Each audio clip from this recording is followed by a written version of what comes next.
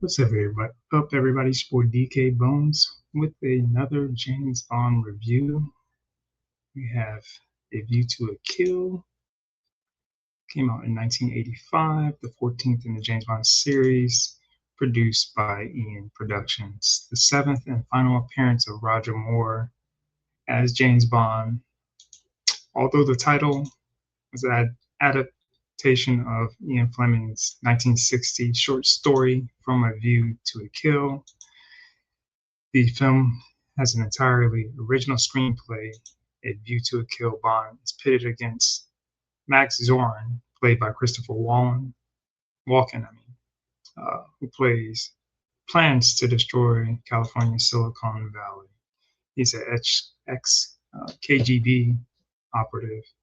The film was produced by Albert R. Broccoli um, and Michael G. Wilson, who also wrote the screenplay with Richard Mobile. It was the third James Bond film to be directed by John Glenn and the last to feature Lois Maxwell as Moneypenny, as she was aging also. Um, Despite the negative reviews from critics who criticized the aging of Roger Moore's performance, which you can see in the past couple films, and Moore's own dislike of the film, it was a commercial success, mainly probably because of Walken and Grace Jones' performances. Also, they had the hit theme song by Duran Duran, what's the theme song for other movie, A View to a Kill, performed well in the charts, becoming the only theme song to reach number 1 in Billboard Hot 100, earning a Golden Globe nomination for Best Song. The film was later followed by Living Daylights, played by Timothy Dalton. This movie, from the aging, you can look in this picture, aging of Roger Moore. He should have retired, I thought, after For Your Eyes Only. But this man, young Christopher Walken looks like Roger Moore now than he did back then. He carried this movie, his sinister ways, his acting, um, just his craziness.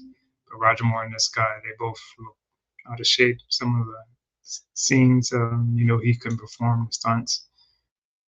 Him paired with Grace Jones there, him with this young lady here.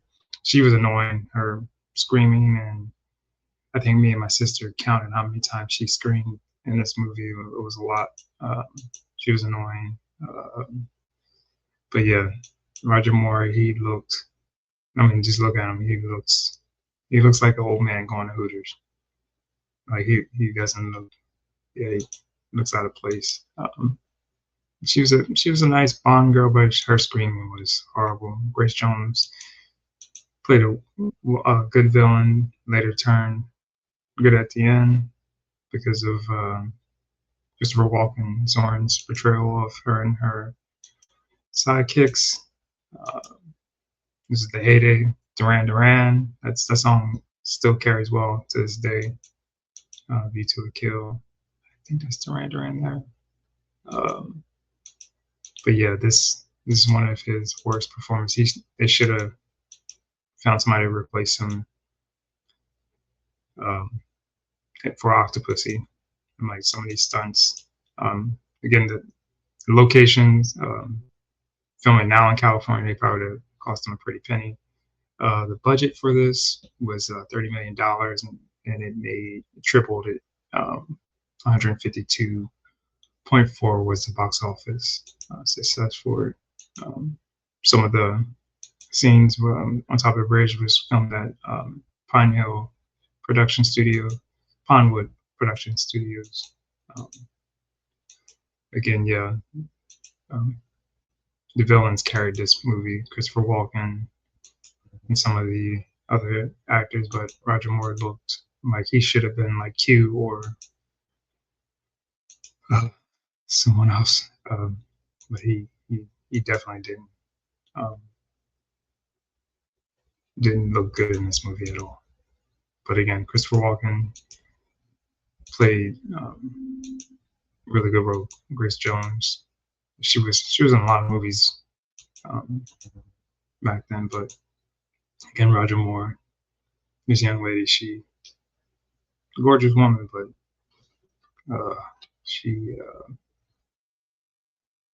she was not. You know, so Tanya Roberts.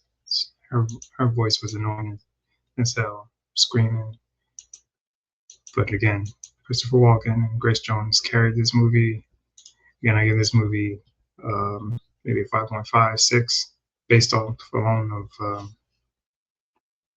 maybe a little higher, 6.5, because of Christopher Walken and Grace Jones. But yeah, Roger Moore should have retired way before this. He looked like he looked old.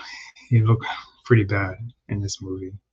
Anyways, it's your boy DK Bones. If you like what you hear, hit the like button. Comment, let me know how you feel about the videos. Please subscribe and share so I can get other subscribers. And I will see you guys on the next one. Stay blessed.